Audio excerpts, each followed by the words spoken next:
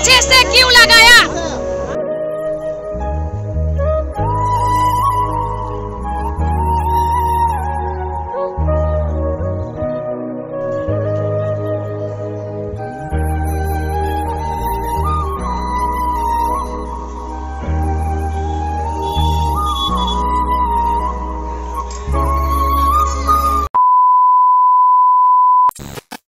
Good morning guys, আমি সুস্মিতা। আমার নতুন একটা ব্লগে তোমাদের অনেক অনেক স্বাগত। আশা করছি সবাই খুব ভালো আছো, সুস্থ আছো। আর আমি চাই সবাই ভালো থাকো, সুস্থ থাকো। আর তোমাদের ভালোবাসা নিয়ে আমি একটা নতুন ব্লগ শুরু করছি।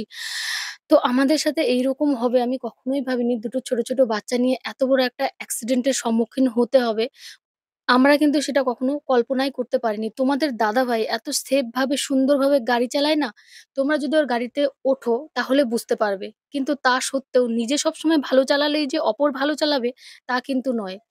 তাই না? যে আমি ভালো চালাচ্ছি আর অপর পক্ষের লোকটাও ভালো চালাবে। তা কিন্তু নয়। সেটা তোমরা যদি লাস্ট পর্যন্ত আমার ভিডিওটা দেখো তাহলে কিন্তু বুঝতে পারবে। আর পুলিশ এসে কি করলো সমস্তটাই তোমরা জানতে পারবে। যে আসল ঘটনাটা কি হলো, কিভাবে কি হলো সমস্তটা তোমাদের সাথে আমি শেয়ার করব। তবে এই ব্লগটা কিন্তু আমি একদম সকাল থেকে শুরু করেছিলাম। কিন্তু লাস্টে গিয়ে যে এরকম হবে সেটা তো আর আমি জানতাম না। তো ব্লগটা তোমরা সকাল থেকে দেখতে থাকো। আশা করি সমস্ত ঘটনাটা জানতে পারবে। আমাদের সাথে কি হলো, তারপরে আমরা সেই ট্রাকটাকে ধরতে পেরেছি কিনা সমস্তটাই তোমরা জানতে পারবে। দেখতে থাকো, তাহলেই বুঝতে পারবে। তো সকাল, সকাল দেখো আমরা কিন্তু একটা হোটেলে দাঁড়িয়েছিলাম। সেইখান থেকে আমরা রেডি হয়ে কিন্তু বাড়ির উদ্দেশ্যে রওনা হয়েছি। আর আমাদের মানে রাজস্থান থেকে আমাদের বাড়ি আসতে প্রায় ২,০০০ কিলোমিটার অতিক্রম করতে হবে। তো ১ম দিন, ২য় দিন, ৩য় দিন আমরা ৩ দিনে পৌঁছাবো ভেবেছি এরকম যে ৫০০-৬০০ কিলোমিটার করে প্রত্যেকদিন অতিক্রম করব। যেটা নরমাল যে মনে করো ঘুম থেকে ৮ঃ০০ থেকে বেরোলাম আর ৮ঃ০০-৯ঃ০০ পর্যন্ত গাড়ি চালাবো। আর মাঝখানে তো রেস্ট আছেই। চা, তারপরে ভাত এগুলো খাওয়া-দাওয়া হবে। আ সমস্ত কিছু হবে। আর যদি কোনো অসুবিধা হয় যে অনেকক্ষণ গাড়ি চালিয়েছি ভালো লাগছে না, একটু রেস্টও হবে। এইরকম করে করেই পৌঁছাবো সেটাই ভাবছিলাম। কিন্তু মাঝখানে যে এইরকম হয়ে যাবে আমাদের সাথে সেটা কখনোই বুঝতে পারিনি। তো তারপরে দেখো আমরা অনেকটা পথ অতিক্রম করে আসার পরে তোমাদের দাদাভাইকে বললাম ওই ১১টার দিকে যে, "চলো না কিছু খেয়ে নিই, খিদে পাচ্ছে, ব্রেকফাস্টটা করে নেই।" তো একটা দোকানে এলাম, এখানে সেরকম কিছু নেই, ভাত রুটিই পাওয়া যায়, আর কিছু পাওয়া যায় না। তো এখানে তন্দুরি রুটি ছিল, তো বললাম, "চলো তন্দুরি রুটি আর ১ প্লেট ডাল ফ্রাই নিয়ে নিতে।" আর এই যে দেখেছো তন্দুরি রুটি আমার প্লেটটা লাগিয়ে দিয়েছে। আর প্রচন্ড মাছি আর ডাল ফ্রাই। ডাল ফ্রাই কিন্তু অনেকটা ৳১৪০ র ডাল ফ্রাই আছে ওটা। আর ওটাতেই কিন্তু আমাদের ৩ জনের হয়ে যাবে। আর রুটি আমরা ওই ৬ টা নিয়েছি, দুজন দুটো, দুটো করে। মামা তো দুটো খেতে পারবে না। হয় ওই অর্ধেক আমি খাবো, না হলে ওর বাবা খাবে, এই করেই হবে। আর এই যে দেখো আমাদের পাপা সোনা শসা খেতে বসে গেছে। তো ও খাচ্ছিল। তারপরে আমরা গাড়িতে উঠে গেলাম। উঠে আবার এই যে দেখো কিছু রাস্তা অতিক্রম করছি। আর পাপা যা বিরক্ত করছে আর মামা দুজনেই এত বমি করছিল গাড়ির মধ্যে বুঝতে পারিনি। মামা কিন্তু কখনোই এরকম করে না। এর আগেও কিন্তু আমরা এতটা রাস্তাই ঘরে এসেছিলাম এর আগের বার। আর পাপা তখন হয়নি। পাপার এটা ফার্স্ট জার্নি, লং জার্নিটা। তো ওর সাথে এই যে কথা বলছিলাম আর এই যে দেখো ১ম দিকে ঠিকই ছিল। কিন্তু যখনই আমার পাপাকে খাওয়াচ্ছিলাম তারপর থেকেই ও শুধু বমি করছিল। ও বমি করছিল। বুঝতে পারছিলাম না কি প্রবলেমটা কোথায়। আর মামাকেও দেখছি সেও বমি করছে। জানি না প্রবলেমটা কোথায় হচ্ছিল দুজনেরই। তো এতটা সমস্যায় পড়েছিলাম ২ জন ছোট, ছোট বাচ্চাকে নিয়ে এতটা জার্নি করতে গিয়ে তারপরে এত বড় একটা অ্যাক্সিডেন্ট হলো, এত বড় একটা দুর্ঘটনা হলো। মানে কোন দিকে কি সামলাবো কিছুই বুঝতে পারছি না। আর ওর বাবার গায়ে ঘল করে বমি করছে। কতবার যে ড্রেস চেঞ্জ করছে তোমাদের দাদাভাই তার কোনো ঠিক ঠিকানা নেই। শুধু ও নয় আমিও ২ বার করে ড্রেস চেঞ্জ করেছি। আমার ড্রেসেও ফুল বমি-টমি করে একদম অবস্থা খারাপ করে দিয়েছে। শুধু তাই নয় গাড়ির মধ্যেও বমি করে সেই কম্বল-টম্বলগুলো নিয়েছিলাম তার মধ্যেও বমি-টমি করে অবস্থা খারাপ করে দিয়েছে। তো তারপরে দেখো এই দুপুরের খাবার খেতে এসে গেছি আমরা। মানে ওই রাস্তার পাশেই বড়, বড় যেই রেস্টুরেন্ট গুলো আছে, হোটেলগুলো আছে তাতেই আমরা ওই দাঁড়িয়েছি, খেয়েছি বা ওই রাত্রে বেলায় রুম ভাড়া করেছি। রাস্তা দিয়ে যাওয়ার পাশে যে হোটেলগুলো পড়ে সেইগুলোতেই একটাতে দাঁড়িয়েছি। বিশাল বড় হোটেল ছিল। এখানে কিন্তু সমস্ত কিছু পাওয়া যাচ্ছিল। জামা-কাপড় বলো বা খাওয়া-দাওয়া বলো এমন কিছু ছিল না যে এতে ছিল না। বিশাল বড়। তোমরা ওপরটা আমি দেখাচ্ছি যে এখানে আমরা খেতে গিয়েছি। এত ভিড়, এত লোক এর মধ্যে ছিল যে তোমরা ভাবতে পারবে না। প্রচন্ড ভিড় আর দামও কিন্তু প্রচন্ড ছিল। তো যাই হোক রাস্তার মধ্যে তো যেখানেই দেখতে পেয়েছি খাওয়ার জিনিস আর রাস্তাঘাটে না ভালো জায়গায় খাওয়াটাই মানে মেইন ইম্পোর্টেন্ট আমার মনে হয়। কেন বলো তো? খাওয়া-দাওয়া তো যত পরিষ্কার পরিচ্ছন্নভাবে পাওয়া যাবে ততটাই ভালো। আর একটু বেশি টাকা হোক কিন্তু যদি পরিষ্কার থাকে তাহলে কিন্তু বাইরে তো এমনিতেই তো একটা ঘিন্না, ঘিন্না বোধ হয়। কি মানের খাবার দেয় আমরা কিন্তু দেখতেও পাই না, জানতেও পাই না। তার জন্যই কিন্তু তোমাদের দাদাভাই সবসময় ভালো জায়গায় আমাদের নিয়ে যাওয়ার চেষ্টা করেছে। ভালো হোটেল, পরিষ্কার পরিচ্ছন্ন হোটেল, তারপরে রেস্টুরেন্ট যাতে ভালো মানের খাওয়া-দাওয়া পাওয়া যায়। সেইখানেই নিয়ে যাওয়ার চেষ্টা করেছে আর নিয়েও গেছে সেই সমস্ত জায়গাগুলোতে। আর তারপরে দেখো আমরা বসে পড়েছি এইখানে খেতে। আর তোমাদের দাদাভাই কিন্তু খাবার আনতে গেছে আমাদের জন্য। অনেক ভিড়, অনেক ভিড়, অনেক সময় দাঁড় করিয়ে তারপরেই কিন্তু খাওয়াটা পেয়েছে তোমাদের দাদাভাই হাতে। ওই দেখো ওইখানটা ছিল রিসেপশন যেটা আমি তোমাদের দেখালাম দেখলে। তো ওইখানে তোমাদের দাদাভাই প্রায় ০.৫ ঘন্টা দাঁড় করিয়ে রেখে তারপরে কিন্তু খাবারটা এনেছে। আর এইদিকে আমরা বসেছিলাম এই দেখো পাপা। আর পাপারও কিন্তু আলাদা টাইম খাওয়ার মাঝখানে, মাঝখানে আমরা খাচ্ছি, মাঝখানে, মাঝখানে পাপাকে খাওয়াচ্ছি। তো এইরকম করেই সারা রাস্তাটা কেটে গেছে। ভেবেছিলাম ঈশ্বরের কাছে কামনা করেছিলাম যাতে ভালো, ভালোই চলে যাই, পৌঁছে যাই। আগেরবার কোনো রকম অসুবিধা হয়নি। এবারও আশা করছিলাম কোনো অসুবিধা হবে না। কিন্তু এরকম হয়ে গেল কিভাবে কিছুই বুঝে উঠতে পারলাম না। আর এই যে দেখো ভাত দিয়ে দিয়েছে এই যে। আর এখানে আছে এই যে ২ প্লেট ভাত আর একটা মিক্স পনিরের সবজি ওই যে দেখতেই পাচ্ছ। আর এতটাই পনিরের সবজি বা ভাতগুলো এতটাই যে দুটো নিলে আমাদের একদম সবার হয়ে যাবে। তোমাদের দাদাভাই আর আমরা ৩ জনে যদি মিলে ওই ২ প্লেট খাই আমাদের হয়ে আরো বেশি, বেশিই হয়ে যায়। আর সবজিটাও অনেকটা থাকে। ওইটা কিন্তু ৳২৪০ র পনিরের মিক্স সবজি ছিল। তারপর কিন্তু আমরা খেয়ে-দেয়ে বেরিয়ে পড়েছি। আমরা খাওয়ার পরে পাপা সোনাকে খাইয়েছি। খাওয়ার পরেই কিন্তু আমরা সেখান থেকে একটু রেস্ট করে বেরিয়ে পড়েছি। আর এই যে দেখো রাস্তা, রাস্তার শেষই হচ্ছে না। রাস্তা একের পর এক মানে বেড়েই যাচ্ছে মনে হচ্ছে, বেড়েই যাচ্ছে, বেড়ে যাচ্ছে। ২০০০ কিলোমিটার ভাবতে পারছো বন্ধুরা ২০০০ কিলোমিটার। যদি তোমাদের দাদাভাই ওইখান থেকে চলে না আসতো তাহলে কিন্তু আমরা কখনোই গাড়িতে আসতাম না। আমরা কিন্তু ট্রেনেই আসি। আর চলে আসবো বলে গাড়িটা সঙ্গে নিয়ে আসবো তাই জন্যই নিয়ে আসলাম। আর এইরকম একটা বিপদও হলো। তো তারপরে বিকেল বেলায় দেখো, বিকেল বেলা নয় ওই ৩:৩০ মতন এইরকম। তো সেইখানে আবার একটু দাঁড়িয়েছিলাম একটা হোটেলে যাতে একটু চা-টা খেয়ে তারপরে আমরা সেখান থেকে আবার বেরোবো। তো বেরোনোর পরেই এই ঘটনাটা আমাদের সাথে ঘটেছে। বেরোনোর কিছু দূর গিয়েই কিন্তু এই ঘটনাটা ঘটেছে। দাঁড়ানো গাড়ি জানো তো? সিগন্যাল ছিল সেইখানে। আর তো সবাই দাঁড়িয়ে ছিল। ও এসেই পেছন থেকে এসে ঠুকে দিল। মানে এইরকম কারবার যে করতে পারে আর ঠুকে দেওয়ার পরে জানো তো বলছে, "আমার কোনো দোষ নেই। আমার কিচ্ছু নেই।" আমি ভীষণ চিল্লাচ্ছিলাম। মানে এত দামি একটা গাড়ি ভাবতে পারছো? মানে দাঁড়ানো গাড়ি। যদি চলতি গাড়ি হতো তাও হতো। দাঁড়ানো একটা গাড়ি সেইখানে এসে তুমি লাগিয়ে দেবে। আর তোমাকে ছেড়ে দেওয়া হবে? কক্ষনোই না। আমরা কিন্তু ছেড়ে দেইনি তাকে। তো ও না মেরে দিয়ে পালাচ্ছিল। তো যাই হোক ওখানে দুটো সিভিক পুলিশ ছিল কারণ সিগন্যাল ছিল ওইখানটায়। তো ও বলছে, "আমার কোনো দোষ নেই। আমরাই নাকি ভেতরে ঢুকিয়ে দিয়েছি।" তারপর সিসিটিভি ফুটেজটা চেক করলো যে আমাদের দাঁড়ানো গাড়িতে এসে ও লাগিয়ে দিয়েছে। তারপরে বলছে যে, "তোমরা যা করার করে নাও। আমি কিছু দিতে পারব না, কিছু করতে পারব না।" ও আবার ক্যামেরা করছে। আমি ক্যামেরা করছিলাম, ও দেখি আবার ক্যামেরা করছে। "তুই ক্যামেরা করে কি করবি?" তো যাই হোক পুলিশ তো দেখলো যে দাঁড়ানো গাড়িতে এসে লাগিয়ে দিয়েছে। তারপরে আ ও পালাচ্ছিল। তো তোমাদের দাদাভাই পুলিশ ডাকলো। পুলিশ ডেকে দেখতে পাচ্ছ যে কি অবস্থা হয়েছে নতুন গাড়িটার। তো দেখো তোমাদের দাদাভাই গিয়ে পুলিশ নিয়ে এসছে। এখানে অনেকটা লেট হয়ে গেছে। বাচ্চা নিয়ে মানে কি পরিস্থিতি যে পড়েছি এখানে শুধু আমি হাউমাউ করে কেঁদেছি। আর করার কিচ্ছু নেই। তোমাদের দাদাভাই কোথায় চলে গেল? ১.৫ ঘন্টা পরে পুলিশ নিয়ে ফিরে এসেছে। ট্রাকটা আটকে রেখেছিল সিভিক ভলান্টিয়াররা।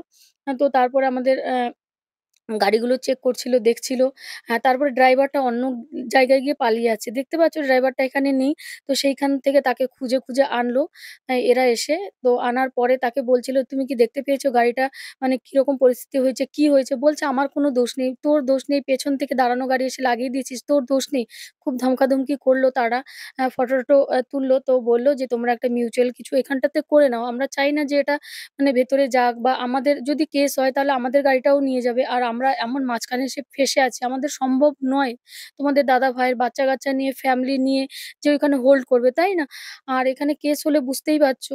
ওই বলে না পুলিশ চুলে ১৮ ঘা। তো ঐরকম একটা কথা। তো এখন এই গাড়ি নিয়ে কেস হবে এমন একটা বিষয় আমরাও চাই না। তো আমরাও চাচ্ছিলাম মিউচুয়াল হোক। কিন্তু ওরা কিছুতেই মানে টাকা বার করতে চাচ্ছিল না বা দিতে চাচ্ছিল না। তার ফলে পুলিশ একটু ধমক-ধমক দিয়ে মানে যা টাকা দিয়েছে না মানে আমাদের মানে ৪ ভাগের ১ ভাগ দিয়েছে। যেটা ৪ ভাগে খরচা হতো তার ১ ভাগ আমাদেরকে দিয়েছে। হ্যাঁ, তো যাই হোক জানি না এখানে কি প্রবলেম। তো ওই যে ২ জন অফিসার ছিল তারা কিন্তু কিচ্ছু বলেনি ওই ড্রাইভারকে। কিচ্ছু না একদম। আমি ওনাদের বলছিলাম যে বারবার একটু তোমরা চাপ দাও, ধমকি দাও যাতে কিছু টাকাটা বার করে। তোমরা যদি কিছু না বলো কি করে বার করবে? উনারা বারবার বলছে আমরা সমস্তটা তোমাদের উপর ছেড়ে দিয়েছি। আচ্ছা ভাই আমাদের উপর যদি ছেড়ে দিতে তাহলে তো আমি মারামারি করতে পারতাম লোকটার সাথে। আমার হাসব্যান্ড ছিল। আমার হাসব্যান্ড ধরতো আমি তার পয়সা, টাকা, মোবাইল সব কেড়ে নিতে পারতাম। তাই না? তো অনেক টাকাই হয়ে যেত ওতে। তার হাতে একটা ভালো সেট ছিল, টাকা-পয়সা ছিল। তো আমরা চাইলে নিয়ে নিতে পারতাম। তো আমরা তো তোমাদের ডাকতাম না। যেহেতু তোমাদের ডেকেছি অবশ্যই তোমরা কিছু বলো। তারপর ওনরা তো কিছুই বলল না। তারপর একটা সিভিল ড্রেসে যেই লোকটা ছিল, জানি না উনি কে কোনো অফিসার বা ড্রাইভার কিছু আমি জানি না। উনি কয়েকটা কথা বলল। তারপরে বলছে, "ভাই আমরা আমরা অত টাকা দিতে পারব না। আমরা কিছু টাকা দেবো।" তো আমি ভীষণ কান্নাকাটি করছিলাম। এই যে দেখতেই পাচ্ছ। ওদের সামনে কিন্তু আমি একদমই কান্না করিনি। ভীষণ স্ট্রং ছিলাম। আর আমার হক নিয়ে আমি লড়াই করছিলাম। যে আমাদের দিতেই হবে। আর আমি ভীষণ ওই ড্রাইভারকে ভীষণ বকেছি। আমার আওয়াজটা তোমরা সামনে শুনতেই পেয়েছো যে আমি কেমন চিল্লাচ্ছিলাম। কারণ এমন অপদার্থ যে মেরে দিয়েও পালাচ্ছিল। ভাবতে পারছো তোমরা? যে মানে কৃতজ্ঞতার যে স্বীকার করা যেহেতু ওরা দেখতে পারে যে অত বড় একটা গাড়ি এই গাড়িতে ঠুকে দিয়েছে। কি হয়েছে গাড়িটার পরিস্থিতি? মানুষগুলো কেমন আছে? ভালো আছে কিনা? কি হয়েছে? সেটা পর্যন্ত দেখার ইয়ে নেই। ভেগে যাচ্ছে। ভাবো তাহলে তোমরা? তো যাই হোক তারপরে সেই পুলিশগুলো ওই একটুখানি ওরা কিন্তু ওই অফিসার দুজন একদমই ধমকাননি, কিচ্ছু বলেননি ভালো-মন্দ। ওই লোকটা একটু বলল, তাও আমি গিয়ে বললাম যে, "স্যার আপনারা একটু জবরদস্তি করুন, আপনারা একটু চাপ দিন। নাহলে তো কিছুই বলছে না।" আচ্ছা আমরাই যদি করতে পারবো তাহলে তো আমরা আপনাদের ডাকতাম না। কিন্তু ওই কি বলবো? তো এখানে মাঝরাটা কি তোমরাই বুঝতে পারছো হয়তো আমার কথাগুলো শুনে। আর আমি বিশেষ কিছু এই বিষয়ে বলতে চাচ্ছি না। তো তারপরে দেখো আর তোমাদের দাদাভাইও একটা ভালো পজিশনে আছে। তাই জন্য মানে ক্লিয়ারও হচ্ছিল না কথাগুলো, তাই তো? এটাই তোমাদের মনে হয়েছে, আমাদেরও এটাই মনে হয়েছে। তো তারপরে আমরা সেখান থেকে বেরিয়ে আসি। আর বেরিয়ে আসার পরে অনেকটা রাস্তা আমাদের আরো অতিক্রম করতে হবে। তো তারপরে এই যে একটু চা খেয়ে নিলাম। মানে মাইন্ড এতটাই খারাপ হয়ে গেছিল। তারপর ছোট, ছোট বাচ্চা ছিল। আর তোমাদের দাদাভাইয়ের দিকেই কিন্তু এসে লাগিয়ে দিয়েছে। আমি শুধু এটাই ভাবছিলাম যে তোমাদের দাদাভাই সেফ আছে, ভালো আছে। মানে ডান দিকে লাগিয়ে দিয়েছিল এসে। আর কোনো কারো অসুবিধা হয়নি। আমার বাচ্চা ভালো আছে ঈশ্বরের কৃপায়, ভগবানের কৃপায়। আমার গোপাল সোনা সাথে ছিল। সেইজন্যই হয়তো অল্প দিয়েই বেঁচে গেছে। যদি সে পেছন থেকে এসে ডাইরেক্ট লাগিয়ে দিত তাহলে জানি না আমাদের কি হতো? আমরা বাড়ি কিভাবে ফিরতাম, ফিরতে পারতাম কিনা তাও জানি না। তো যাই হোক তারপরে আমরা সেখান থেকে বেরিয়ে পড়েছি। বেরিয়ে পড়ার পরে দেখো একটা আবার সন্ধ্যেবেলা একটা রেস্টুরেন্টে দাঁড়ালাম যে একটু চা-টা খেয়ে নিই, একটু মাইন্ডটা ফ্রেশ করে নিই। তোমাদের দাদাভাই তো ভীষণ মানে আপসেট। একে আমাদের ফ্যামিলি বাড়ি ছাড়তে এসছে সেইখানে ভীষণ একটা টেনশনে ছিল, কান্নাকাটি করছিল। তারপরে আবার তার শখের জিনিসটা এরকম হয়ে গেল। তো ভীষণ কষ্ট পাচ্ছিল। আর কি বলবো? তো ভীষণ কষ্ট পাচ্ছিল। আমি ওকে বোঝানোর চেষ্টা করছিলাম, "যাই হোক কিছু টাকা তো গেছে। আমাদের তো কিছু হয়নি। আমরা তো ভালো আছি, সুস্থ আছি। এত টেনশন করার কিচ্ছু নেই। চলো, কিছু হবে না।" ভগবান তো অল্পের মধ্যে দিয়ে আমাদের হয়তো বেশি কিছু ছিল, অল্প করে দিয়েছে। তো ভগবান যা করে, ঈশ্বর যা করেন মঙ্গলের জন্য করেন। তো আমি বারবার এটাই বোঝাতে চাচ্ছিলাম। এর থেকে আমার আর তো বোঝানোর কিছু নেই। আর তার শখের জিনিস এত টাকা খরচা করে কিনেছে, সেইটার যদি ক্ষতি হয়ে যায় স্বাভাবিক ভীষণ কষ্ট হবে মনের মধ্যে। তো ভীষণ কষ্ট পাচ্ছিল। আর তারপরে দেখো এই যে রাত্রেবেলায় আমার আবার একটা রেস্টুরেন্টে দাঁড়িয়েছি খাওয়ার জন্য। খেতে তো হবেই, তাই না? যতই মন খারাপ থাকুক আর যাই থাকুক, না খেলে তো শরীর চলবে না, শরীর বাঁচে না। তো খেতেই হবে। তো তারপরে আমরা ওই একটা রেস্টুরেন্টে দাঁড়ালাম। দাঁড়িয়ে আবার খাওয়া-দাওয়া করব। তারপরে আবার একটা হোটেল নেব। হোটেল নিয়ে ওখানে স্টে করব। তারপরের দিন আবার আমরা কিন্তু আসবো। তো সমস্তটা দেখলে যে তোমরা কি হয়েছে না হয়েছে। আর আমরা ভালো আছি, সবাই ভালো আছি, সুস্থ আছি। আমাদের কোনো অসুবিধা হয়নি। আ তোমাদের এত ভালোবাসা, তোমরা এত ভালোবাসো। তাই জন্য হয়তো আমরা আজকে ঠিকঠাক আছি। তারপরে ঈশ্বরের কৃপা আছে। ঈশ্বরও আমাদের দেখেছেন। তাই জন্য হয়তো আমরা সবাই ভালো আছি, সুস্থ আছি। কারো কোনো আপদ-বিপদ হয়নি। ভালোভাবে বাড়ি পৌঁছাতে পারছি। আর আসার সময় মাকেও ডেকেছিলাম, মন্দিরে পুজো দিয়েছিলাম। তার জন্য হয়তো আমরা অনেকটাই ভালোভাবে বাড়িতে পৌঁছাতে পেরেছি। সুস্থ অবস্থায়, সুস্থ শরীরে। কারো কোনো অসুবিধা হয়নি। তো যাই হোক তারপরে দেখো আমরা একটা হোটেলের উদ্দেশ্যে চলে এলাম খেয়ে-দেয়ে যে হোটেলটাতে আমরা তো আবার থাকবো। অনেকটা রাত হয়ে গেছে। প্রায় ওই 10:30 র মতো হয়েছিল। তো এবার এখানে আমরা দাঁড়িয়ে পড়বো। আর এখানে আজকে রাত থাকবো। সকালে কিন্তু আবার এখান থেকে আমরা বেরিয়ে পড়বো। বাড়ির উদ্দেশ্যে। তো চলে এলাম একটা হোটেলে। তো বাই, সবাই ভালো থেকো, সুস্থ থেকো। সকলকে অনেক, অনেক ধন্যবাদ। অনেক, অনেক ভালোবাসা। আমার কথাগুলো শুনে বুঝতেই পারছো যে কতটা কষ্টের মধ্যে দিয়ে আছি। কথা মুখ দিয়ে বেরোচ্ছে না। সত্যি বলছি, কথা মুখ দিয়ে একদম বেরোচ্ছে না। যে এতটা কষ্ট হয়েছে। শখের একটা জিনিস এরকমভাবে সামনের পরে বিনা কারণে, বিনা দোষে যদি চুরচুর হতে দেখা যায়, কার ভালো লাগবে বলো? কারো ভালো লাগবে না। তোমাদের দাদাভাই তো ভীষণ, মানে শুধু চোখ দিয়ে জল গড়ায়নি। আর যদি ওর চোখ দিয়ে জল গড়াতো তাহলে হয়তো আমি আরো বেশি কান্নাকাটি করতাম। তাই জন্য ও হয়তো মানে কোনো কিছু করেনি, চুপচাপ ছিল। আমি তো তাও ভীষণ কান্না করেছিলাম। তবে সেইখানে নয়, যখন আমি গাড়িটা ছেড়ে দিয়ে চলে আসছিলাম, তখন ভীষণ কান্নাকাটি করছিলাম যে এরকম একটা অবস্থা হয়ে গেল। তো যাই হোক, আমার সোনা মাম্মা, পাপা সবাই ভালো আছে ঈশ্বরের কৃপায়। তোমরাও ভালো থাকো, সুস্থ থাকো। বাই।